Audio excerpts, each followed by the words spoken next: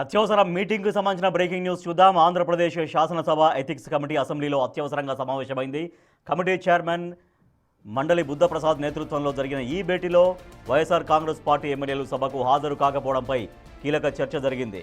ప్రస్తుత శాసనసభ సమావేశాలకు వైసీపీ ఎమ్మెల్యేలు గైర్హాజరవుతున్న నేపథ్యంలో వారిపై తీసుకోవాల్సిన చర్యల గురించి కమిటీ చర్చించింది.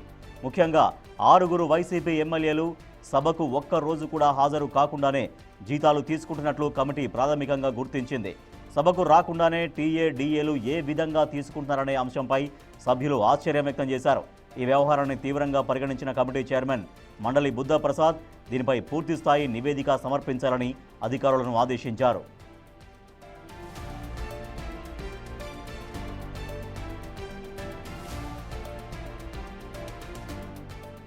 ఏ ఎమ్మెల్యేలు ఎన్ని రోజులు హాజరయ్యారు, హాజరు లేకుండానే ఎంత మొత్తంలో అలవెన్సులు తీసుకున్నారు అనే వివరాలతో కూడిన నివేదికను కమిటీ కోరింది.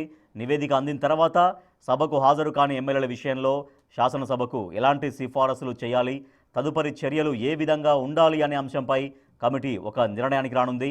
ప్రజాప్రతినిధులుగా ఉండి సభకు రాకుండా ప్రభుత్వ ధనాన్ని ప్రయోజనాలుగా పొందడం నైతికంగా సరికాదు అని కమిటీ భావిస్తోంది.